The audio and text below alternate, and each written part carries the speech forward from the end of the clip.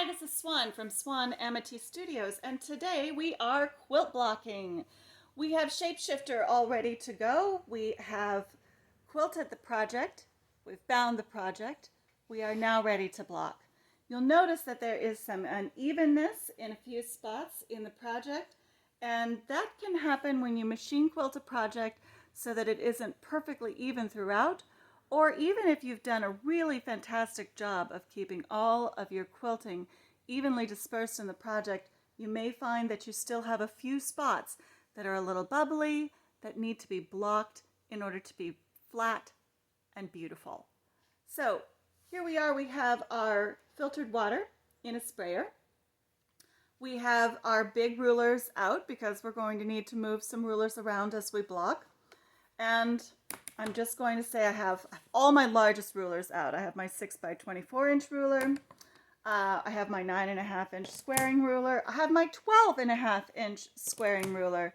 And I have my favorite blocking ruler tool.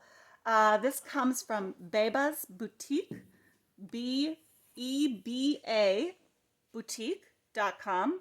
And it's their easy square 24" ruler. And here's what I like about it. You saw how that opened up, right? 45-degree angle. Pop that open. Now you're going to be able to square up a whole 24" section of your corner with one big ruler. And then when you're done with it, it folds closed and stores easily in a drawer. So this is my favorite one. I keep this on hand for doing all of my blocking projects. Now here as we get started, remember we're using filtered water. So if your tap water is already filtered at the house, or if you polish your drinking water, great. Fill up your container with that. If you don't have access to good filtered water in your home, don't use your tap water. Make sure you get some distilled water at the grocery store, or choose another option like that. You know, hit up your friends who have filtered water at their house. Take a gallon home. You'll be great. I'm going to use my sprayer now to spray the whole quilt. And I'm just going to start on one side and spray the whole project. I'm spraying pretty close to the quilt throughout. And my goal is to soak the quilt enough that when I lift up the corner edge, I can see that it's wet on the underside. Now this is one more reason why if you are using a variety of colors that run or bleed, you need to pre-wash your fabrics. And you can pre-wash your fabrics with a little bit of vinegar in the water too if you're concerned. For instance, I have a favorite blue from a company that I really like, and it's great batik, but it also bleeds. And as a result, I tend to make sure that when I use that particular blue fabric, I even wash it twice, and I wash it with a little distilled vinegar in the project or in the washing machine. And what that does for me is make sure that the blue is really truly set and all of the excess dye has come out of the fabric. So in this case, we're pretty safe. We're working with yellows, which don't bleed very much. Some of these orangey yellows definitely need to be washed. And we're working with some grays, and I happen to know that these particular grays are fairly color fast, but I did wash them prior to quilting as well. So now I've sprayed enough that when I lift up the corner, I should be able to feel that the corner is almost soaked through. Yeah, let's give us just a little more water. And rather than spray the whole quilt while we are on camera, I have skipped over about a half of it. I'll go back and spray that before I complete the process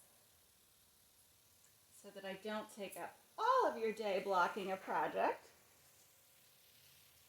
But we're going to keep looking underneath, and we're going to look underneath in a couple of places. You can always slide your fingers under, and you'll feel if the water hasn't gone all the way through, but that's what you're looking for.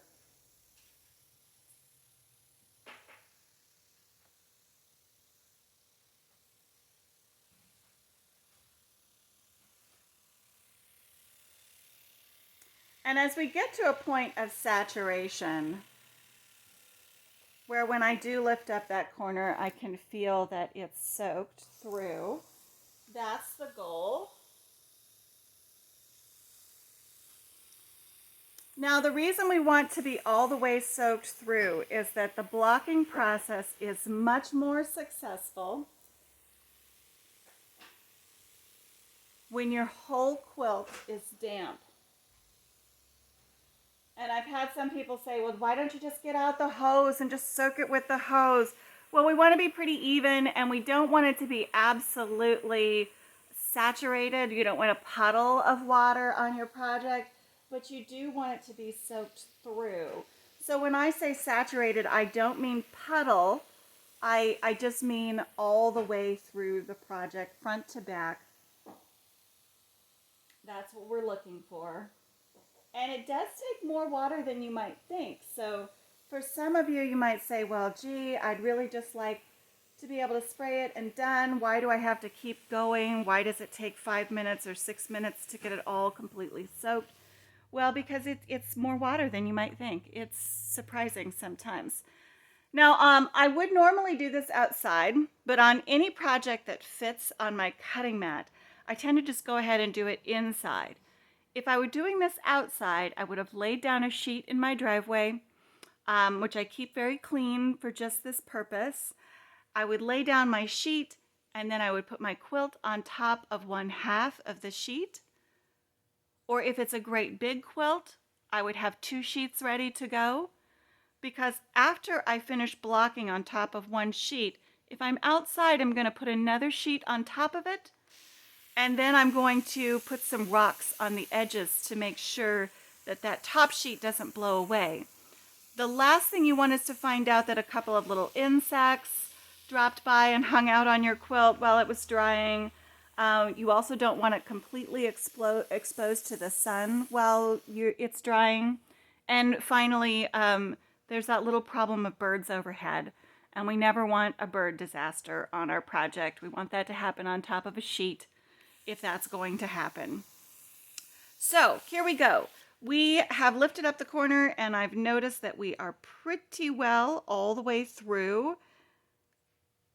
And now we want to begin to block. We always start in a corner.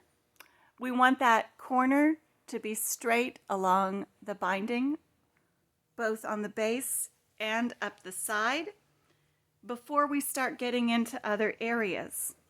You also know how big your blocks are supposed to be, and you know how big your border is supposed to be, and you want to set up some references. Now, I could start with that big Babus ruler. I really like that, but I actually want to just clarify this one little portion of the corner so far. So I'm going to start with my 12.5-inch squaring ruler. With that, I'm going to come into the project, and with my fingers, I'm just going to kind of straighten out by visual guess the base edge. And I'm going to straighten out the side edge as well, just a little bit, so that when I come into it with the ruler, I want the ruler to butt right up against that binding right there, and right up against the binding on the other side as well. So we want that binding to come right up to the edge. And that means a little tugging. It means a little moving around until the ruler butts right into the corner, just like that. Now that's doing a good job. That's what we want to happen. When we're doing that, we're also kind of checking some lines. Does the ruler line up right in here? Yes, it does. This little square that's in the corner, it measures about 3 7/8 from the ruler edge this direction and from the ruler edge this direction. I'm also seeing that my border is coming to almost 4, but not quite. So I'm going to have to kind of visually gauge that as I go along. And here on the other side, we're almost 3 7/8. So this side is looking a little bit bigger. And that means I just kind of want to give my ruler a little tug in this space until this portion of the border equals this portion of the border. Now that we have some even estimations here and here, we'll continue the process throughout, which means we'll get our next ruler out. It can be a big ruler, it can be a small ruler. In this case, because I'm going to go up the edge, I'm going to pull out a long ruler, and then I'm going to come inside with the next one. So I'm straightening out the border as I see it coming in line. And you can see how I'm just doing that by pulling my palm across the quilt. The next ruler goes into place. And then I'm looking to see what lines up and what doesn't. Am I the same size here with the border as I was over here?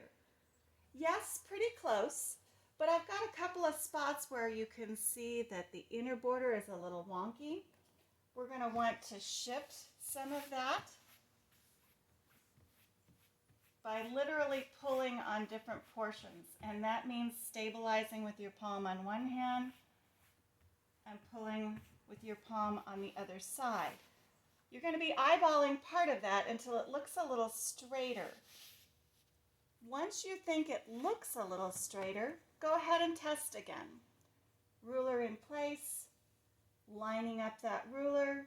Does it do the job this time? I'm seeing a much better line all the way to about here. And then I'm going to make one more adjustment there. Straighten that out. Give that another little tug. You can see now why it helps to have the whole quilt wet all the way through.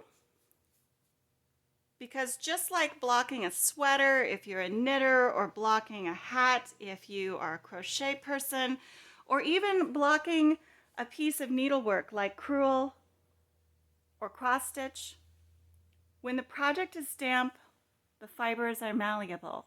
Now you can get them to move around. You can get them to lay in the places that you want them to. You can see how once you've got a nice straight edge going, and I like to get a whole straight edge, so I'm going to keep going until I get to that top corner. Once I've gotten to the top corner, all the way to the end of the quilt, I have a nice straight line. This whole border is solidified. Then I can start working my way across the quilt, starting along the bottom edge of the border, continuing into the interior, and then making sure that the top border and the side border is also equal. So all of the sizes and lines that we establish here in the corner are going to follow us throughout the project. Up one border, across the bottom border, throughout the interior of the quilt, gauging how big each block is and making sure that as we move along, each block remains the same size. So, this is how we block a project. Once all of the quilt is blocked, and once you've gotten past a couple of rulers, you can move some of these initial rulers around. Most of us don't have enough rulers to cover our whole quilt, so we have to do some ruler moving once in a while. But once you have the whole quilt blocked straight, everything looks really good. All of your lines look excellent. Your borders are even. You're going to remove all of your rulers, set them aside, and walk away until your quilt dries. Now, if you're doing this outside and you head indoors while you're doing that, set a timer. Come back and check on your quilt about once an hour. Depending on the heat, the humidity, and the sun in your area, you will have different amounts of drying time. Now, I live in Arizona, so when I do this outside, if it's not a cloudy day, my quilts are going to dry really quickly. Usually less than 2 hours does the trick. But I want to check them at least once an hour and make sure they're doing well out there. For those of you in higher humidity areas, you're going to find that blocking a quilt takes a longer period of time. So my rule of thumb is that if I haven't started blocking before lunch, today is not a blocking day. You might need the whole day, and that's okay. But if you start blocking after lunch, you might not get a full day to let your quilt dry out of doors. Once again, when you're blocking inside, you don't have to worry about covering your quilt. You don't have to worry about putting anything underneath your quilt. The exceptions are if you have a cat, they will love to come sit on your quilt while it's blocking. So you still need a cover if you're inside with a pet and you can't close the doors to that room. But no pets, no rambunctious children, no cover for your quilt. Don't worry about it. Walk away, and then if your quilt takes half a day to dry or has to dry overnight, that's okay. Don't worry about it. Once again, this has been Swan with Swan Amity Studios. We'll come back when this quilt is dry and take a peek at it, so stay tuned for blocking 2 with Shapeshifter and Swan at Swan Amity Studios. You can find us at swanamity.com if you want to check out the website. That's SWANAMITY.com, where you will find patterns, kits, and all kinds of other fun videos. Thank you so much for watching. Make sure you like the channel and keep watching for new videos.